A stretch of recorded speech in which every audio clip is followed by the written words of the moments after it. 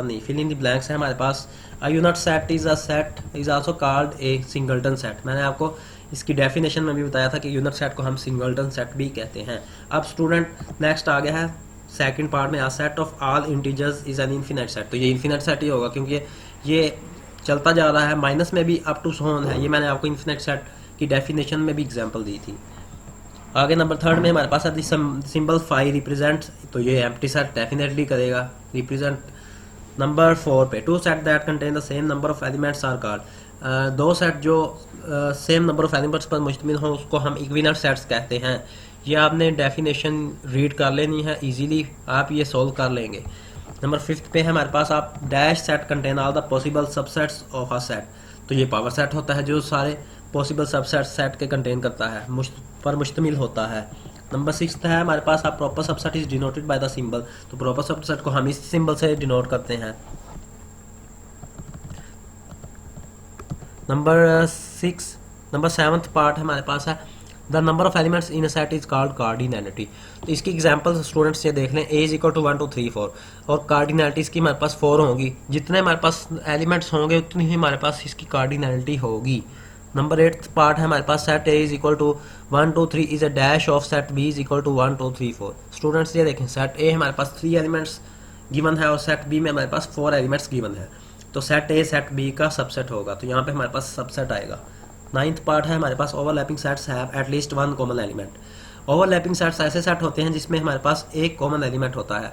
For example ए हमारे पास है 1 2 3 और बी हमारे पास है 3 4 5। अब स्टूडेंट्स देखें, जो सेट ए है उसमें भी हमारे पास 3 गिवन है और सेट बी में भी हमारे पास 3, तो ये हमारे पास कॉमन एलिमेंट आ गया 3 सेट ए और सेट बी का।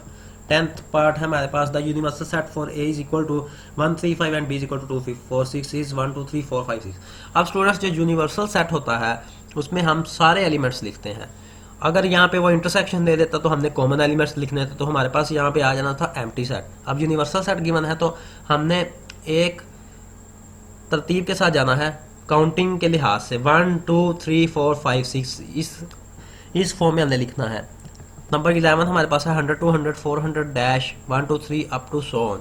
तो ये देखें स्टूडेंट्स, फर्स्ट सेट में हमारे पास 100 200 और 400 है और 1 2 3 अप टू सो ऑन, ये अनलिमिटेड है। हमें नहीं पता ये कहाँ जाकर स्टॉप होगा, तो ये हमारे पास सबसेट होगा। नंबर 12th पार्ट हमारे पास है 12 24 dash 2 4 6 up to so on. Students ये भी फर्स्ट में भी हमारे पास इवन नंबर्स हैं और सेकंड में भी हमारे पास इवन नंबर्स, और जो सेकंड वाले हैं वो कंटिन्यूसली चलते जा रहे हैं, अनलिमिटेड हैं, हमें नहीं पता कब तक जाके स्टॉप होंगे।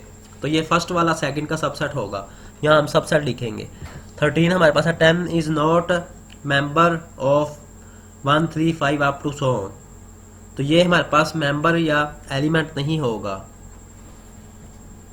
या 10 बिलोंग्स नहीं करेगा 1 3 5 से। नंबर 14 है हमारे पास 1 2 3 अप टू सो चलते जा रहा है और 8 10 12। अब स्टूडेंट्स फर्स्ट वाला तो अनलिमिटेड चलता जा रहा है, हमें नहीं पता ये कहाँ तक जाकर स्टॉप होगा। तो जो 8 और 10 और 12 ये सुपर सेट होगा 1 2 3 अप टू सो का। आगे 15th पार्ट है 1 3 5 डैश 3 5 1। स्टूडेंट्स ये दोनों आपस में इक्वल हैं क्योंकि सेम एलिमेंट्स हैं दोनों में, तो ये हम लिखेंगे 1 3 5 इज इक्वल टू 3 5 1। आगे 16 है कसूर लाहौर मुल्तान डैश पाकिस्तान सिटीज़। तो ये तीनों ही पाकिस्तानी सिटीज़ के सबसेट, पाकिस्तानी सिटीज़ हैं तो ये सबसेट होंगे कसूर लाहौर और मुल्तान। 17 पार्ट है हमारे पास A B dash vowels of the English alphabet. तो वावल्स जो हमारे पास होते हैं वो होते हैं ए ई आई ओ यू। तो ये हमारे पास आपस में इक्वल नहीं होंगे। यहाँ मैं एग्जांपल देता हूँ आपको, ए ई आई ओ यू, तो ये हमारे पास आपस में इक्वल नहीं है। नेक्स्ट क्वेश्चन नंबर 2 है state whether the following are true और फॉल्स। अब हमने इसमें से ट्रू और फॉल्स बताना है स्टूडेंट्स। फर्स्ट पार्ट है हमारे पास if A B is equal to A B C D E. अब स्टूडेंट्स इधर देखें, सेट ए हमारे पास ए बी सी डी ई है और सेट बी जो हमारे पास है वो बी डी ई। अब उसने कह दिया then B is a subset of A.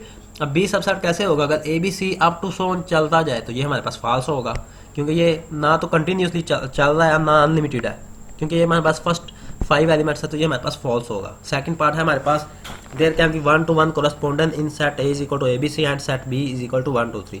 Students जब भी हमारे पास 1 to 1 कोरेस्पोंडेंस होगा तो हमारे पास एलिमेंट्स सेम होंगे दोनों सेट के, तो ये हमारे पास फॉल्स होगा। अगर हमारे पास सेट बी भी ए बी सी आ जाता तो ये हमारे पास ट्रू होगा होना था।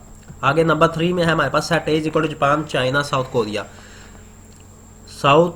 Korea and set B is equal to Mars, Earth, Uranus, Jupiter are equivalent sets. तो ये हमारे पास ट्रू है। फर्स्ट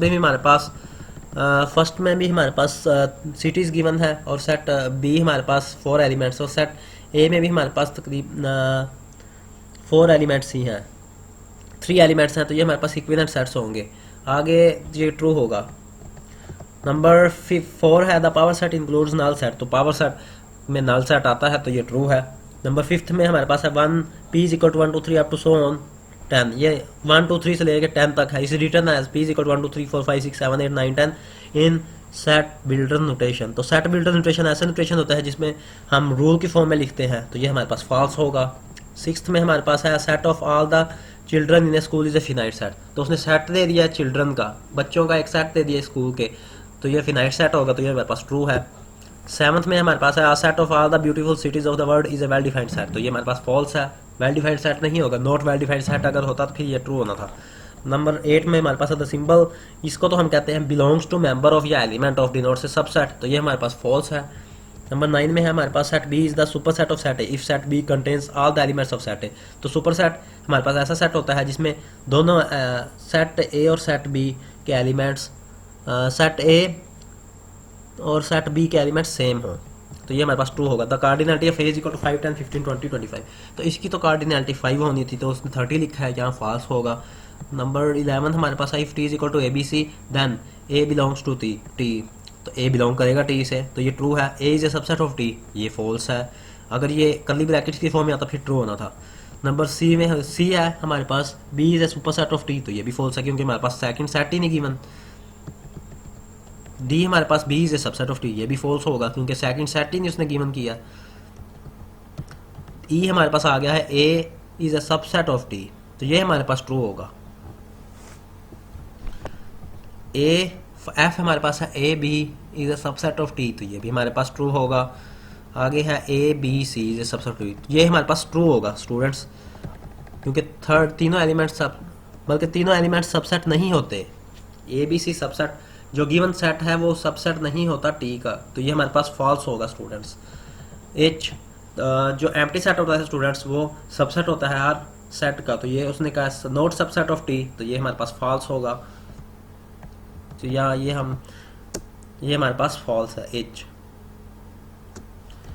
नंबर 12 है हमारे पास ए बिलोंग करता है ए बी सी से, तो ये ट्रू होगा क्योंकि ए प्रेजेंट है, ए बिलोंग करता है गिवन सेट से। 13th हमारे पास है B is a subset of A B C, तो बी सबसेट है ए बी सी का, तो ये हमारे पास ट्रू होगा। नंबर 14 में हमारे पास है A B C is equal to A D. अगर यहाँ स्टूडेंट्स नॉट इक्वल टू आता ए डी तो फिर ही हमारे पास ट्रू होना था, अब ये इज इक्वल टू आ गया है तो ये हमारे पास फॉल्स होगा। 15 सी तो मेंबर है, एलिमेंट है, सी बिलोंग करता है ए बी सी से, तो ये हमारे पास नॉट बिलोंग टू उसने दे दिया, तो ये हमारे पास फॉल्स होगा। आगे 16 है हमारे पास 3 5 7 is a subset of 2 3 4 5। Students इधर देखें, यहाँ 3 5 7 फर्स्ट सेट में गिवन है और जो सेकंड सेट है उसमें है 2 3 4 5, तो ये हमारे पास फॉल्स होगा क्योंकि सेकंड सेट में हमारे पास इवन और ऑड नंबर्स दोनों गिवन है। नंबर 17 है लास्ट 1 2 नॉट सबसेट ऑफ 2 3 4, तो ये हमारे पास ट्रू होगा क्योंकि ये सबसेट नहीं है। स्टूडेंट्स अगर आपको एक्सरसाइज 1D और 1E में कोई प्रॉब्लम हो तो आप मेरे से कमेंट में पूछ सकते हैं। अल्लाह आप सबका हामी नासिर हो। अल्लाह हाफिज़।